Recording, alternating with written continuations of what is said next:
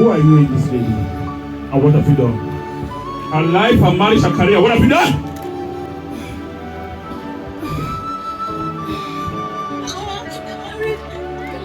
You don't want her to get married?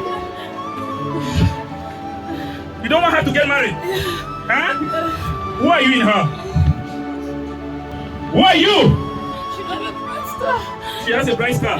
That is why you don't want her to get married. So what do you do with the men that approach her for marriage? You separate them. So any man that approach her for marriage, you separate. Huh? What do you do to separate them? You drive them away. Woman, created the image of God, come in front. How are you? You're fine. You don't want to get married.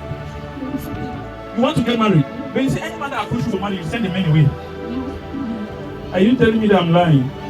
You said when men approach you, send them away. You don't send them away. That's what you just said here. You don't want to get married. Not for Jesus. How can I destroy my own self? Demon, come in front. You say you don't want her to do what? You don't want her to do what? You don't want her to do what? I don't want her to get married. You don't want her to get married? Go, leave her on the floor.